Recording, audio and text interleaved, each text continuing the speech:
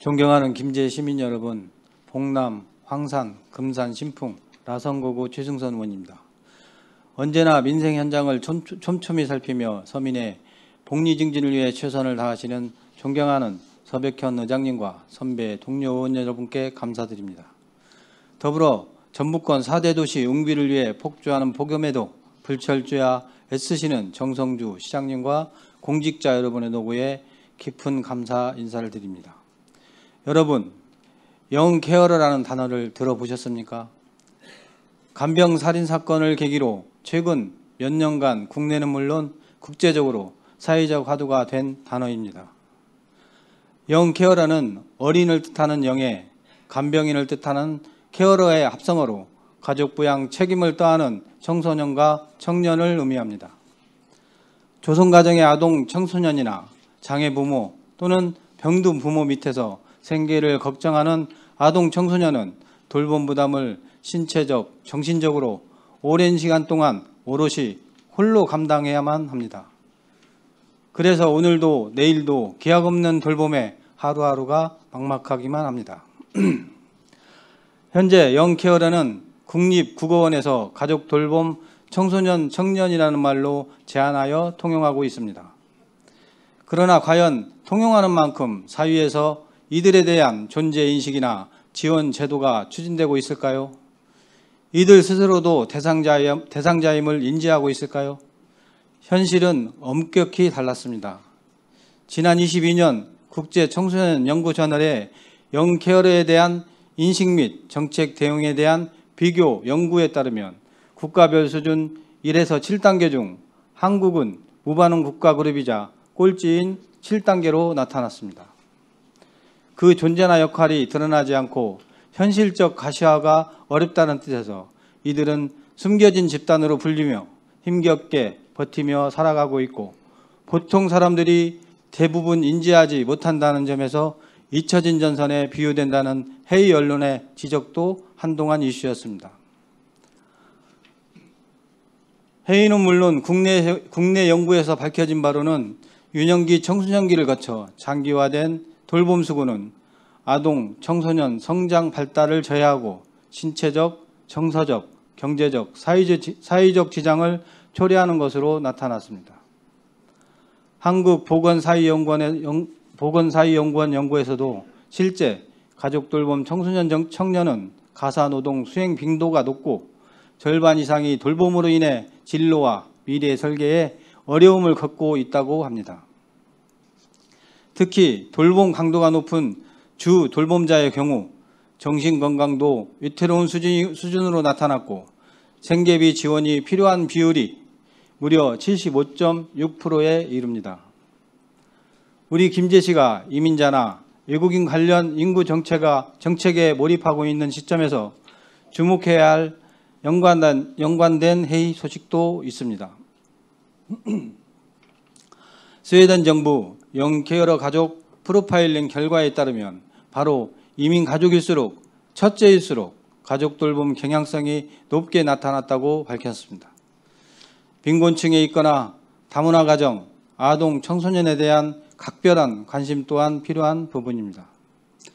유럽 통계를 보면 인구의 5에서 7%가량을 영케어러로 추정한다고 합니다. 국제사회보장 북유럽 연구소 하수종 소장에 따르면 22년 기준 대한민국 11세에서 18세 인구의 적용 시 약 18만에서 29만 명이 대상자일 수 있다는 추정치를 내놨고 정부도 이 결과를 올해 초 인용한 바 있습니다. 간병 살인 사건 이후 3년이 지났고 별반 달라지지 않은 올해 초 정부는 이들에 대한 본격 지원을 선언했습니다. 이에 따라 전북이 보건복지부 시범사업인 가족돌봄 고립운둔 청소년 전담 시범사업 4개 광역지자체에 포함됐고 7월인 이달부터 이들에게 자기 돌봄비 지급과 정부 지원 서비스를 연계한 원스톱 서비스가 가능하게 됐습니다. 그나마 참으로 다행스러운 일입니다. 그러나 이제는 부스터 역할을 할 기초단체에서 그 모든 역량을 쏟아야 할 때입니다.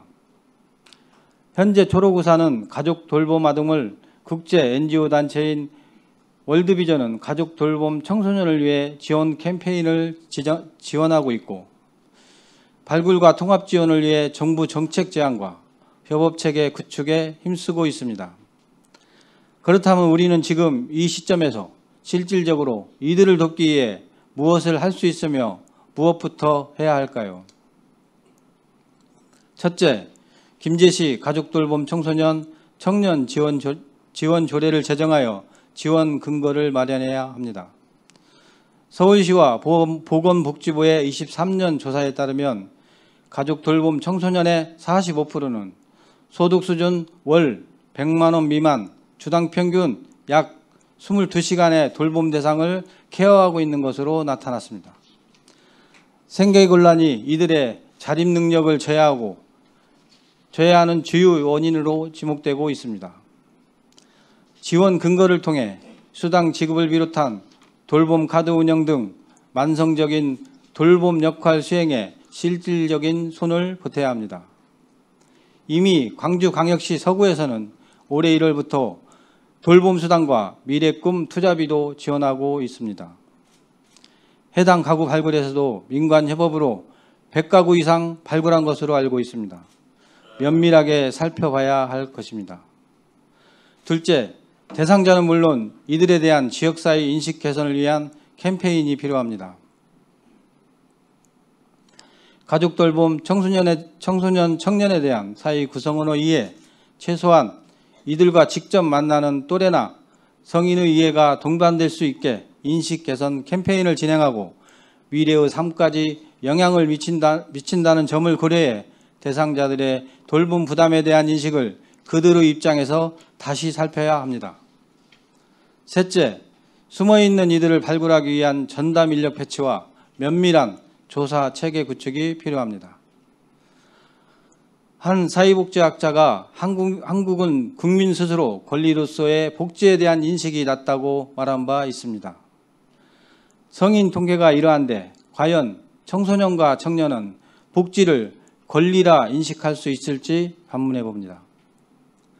특히 한국 복지 서비스 제도는 신청주의를 기본으로 하고 있어 대상자, 즉 당사자가 복지 제도를 상세히 알지 못하면 혜택 수혜 자체가 어려운 구조입니다. 간병 살인 사건 이후로 장애연금 및 노인 장기요양보험 수혜를 위해 본인 발급 서류를 제출해야 하고 서비스 지원 실행까지 시간 소요 또한 적지 않음을 그동안 우리는 보았습니다. 지역 내에서 이들을 발굴, 지원할 수 있도록 지역사회, 인적, 물적 네트워크를 시스템화한 온오프라인 플랫폼이 필요합니다. 이들에 대한 비밀 유지는 물론 스스로 자연스럽게 사업 신청에 접근하기 쉽도록 네트워크를 구축해야 할 것입니다. 실제 영국에서는 부모 외에 교사, 사회적 활동가, 의사 등과 만남을 통해 영케어러로 밝혀지는 경우가 많다고 합니다. 넷째, 이들의 건강한 성장을 돕기 위해 지자체는 물론 민관, 복지관, 의료기관 등 유관기관 간 협업체계 구축과 강화를 통해 폭넓은 지원 방안을 모색해야 할 것입니다. 가족돌봄 수행으로 인한 학습 기회 박탈과 제약은 향후 이들 미래의 고용 상태 및 자립 능력에도 부정적 영향을 가져오기 때문입니다. 그들의 현실적 무게를 재가 서비스 등 돌봄 지원을 비롯해 취업, 직업, 건강, 심리 상담 등 연계 지원과 더불어 다각적인 고민이 필요합니다. 학교, 병원, 지자체가 정보를 공유하고 발빠르게 지원해 나갈 수 있어야 합니다. 다섯째, 조사 이후 관리와 운영에 있어서 세밀한 전략이 필요합니다. 돌봄 과정에서 나타날 수 있는 사회적인 낙인 현상과 오명을 최소화할 수 있도록 일련의 보호 장치 또한 철저히 마련해 나가야 정책적 맹점을 줄여나갈 수 있을 것입니다. 특히 조사와 지원 과정에서 이들의 권리 보호는 물론 부담이나 수치심을 느끼지 않도록 세심하고 신중한 정책 설계가 필요합니다.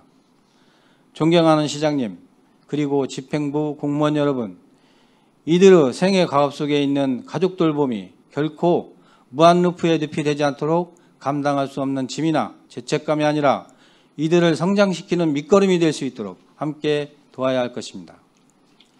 오히려 가족이라는 소중함과 자신이 얼마나 자랑스러운 일을 해내고 있는지 인지할 수 있게 그 곁에 무게를 덜어줄 수 있는 이웃과 지역사회가 있다는 것을 알려줄 수 있어야 합니다.